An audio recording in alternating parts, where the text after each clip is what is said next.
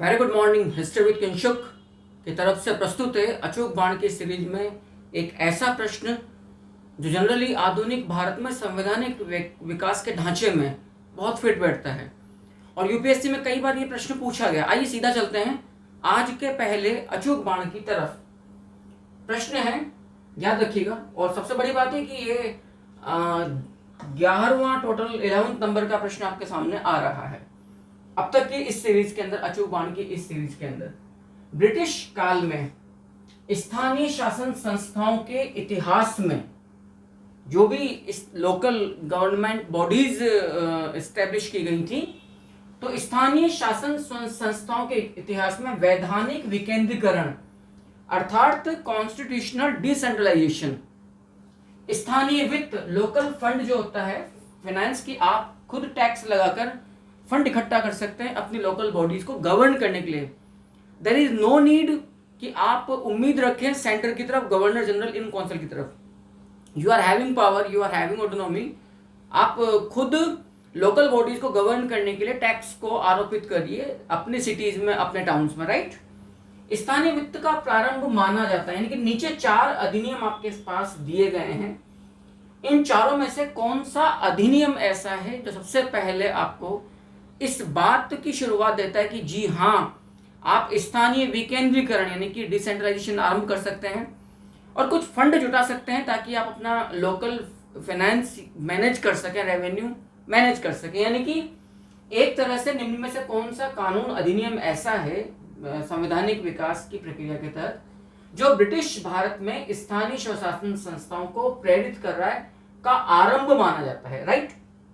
अब my dear friend, सबसे पहले मैं आपको क्लियर कर दूं, जब स्थानीय शासन की हम बात करते हैं तो मैं बहुत प्राचीन काल से लेकर जा रहा हूं। यदि मैं हड़प्पा का नगरों को देखूं तो उनकी नगरों की विन्यास, उनका समान माप तोल, सड़कें, नगर विकास न्यास, भवन निर्माण कला, उनको देख के लगता है कोई ना कोई लोकल बॉडीज पक्की रही होंगी, लेकिन हमें कोई लिखित साक्ष्य नहीं मिलता है। मौर्य काल में हमने देखा, लेकिन पहली बार चोल इतिहास में स्थानीय विकेंद्रीकरण, वित्तीय विकेंद्रीकरण और स्थानीय स्वशासन की जितनी सुदृढ़ अवधारणा हमें चोल शासन के अंतर्गत देखने को मिलती है, मुझे लगता है संपूर्ण भारतीय इतिहास में एक भी जगह ऐसा नहीं होता है। 4 अधिनियम आपके सामने दे रखे हैं। 1861 का भारत परिषद अधिनियम, the first Indian council act, याद रखना, it was first Indian council act, याद रखिएगा। Which one? 1861। 1892 का चार्टर एक्ट, 1793 का चार्टर एक्ट, 1909 का भारत परिषद अधिनियम, Indian council act third. Clear? तो ये 4 अधिनियम आपके सामने हैं। क्या किससे आरंभ हुआ है? अब मैं पहले कुछ पृष्ठभूमि आपके सामने बतला दूं, क्योंकि ये सिर्फ अचूक बाण नहीं है।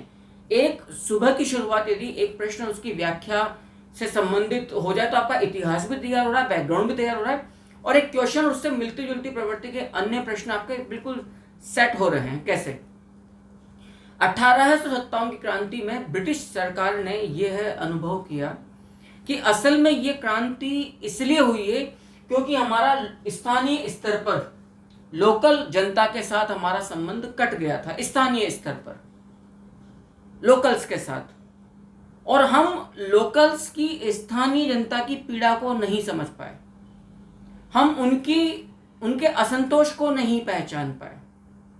इसके लिए आप लोग जानते हो कि जब मतलब क्या कहना चाहिए, लॉर्ड कैनिंग ने जब विक्टोरिया की घोषणा करी इलाहाबाद के दरबार से, तब भी ये कहा कि हम कुछ फंड जारी करेंगे, एक तो हम राज्यों का विलय नहीं करेंगे।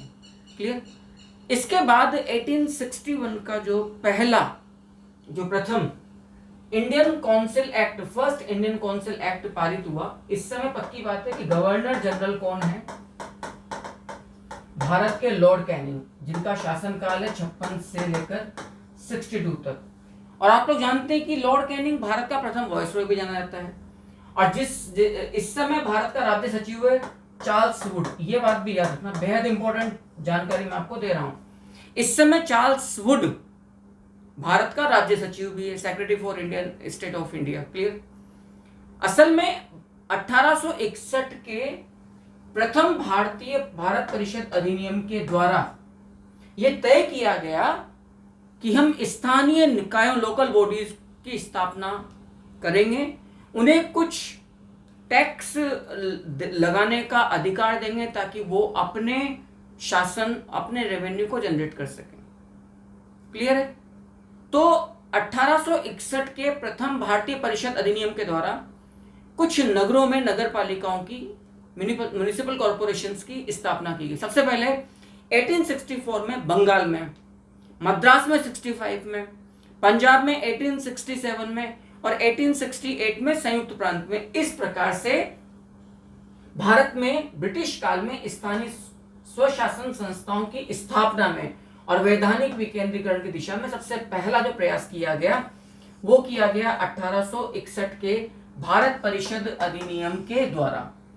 तो याद रखना, इसकी शुरुआत 1864 में बंगाल में नगरपालिका की स्थापना से, 65 में मद्रास रेजिडेंसी में नगरपालिका की स्थापना से, 67 में पंजाब में नगरपालिका की स्थापना से और अगले वर्ष 1868 में संयुक्त प्रांत, जिसको आज आप यूनियन प्रोविंस यानी कि यूपी पुकारते हैं, से मानी जाती है। तो इस प्रश्न का सही उत्तर होगा ऑप्शन ए, 1861 का प्रथम भारत परिषद अधिनियम।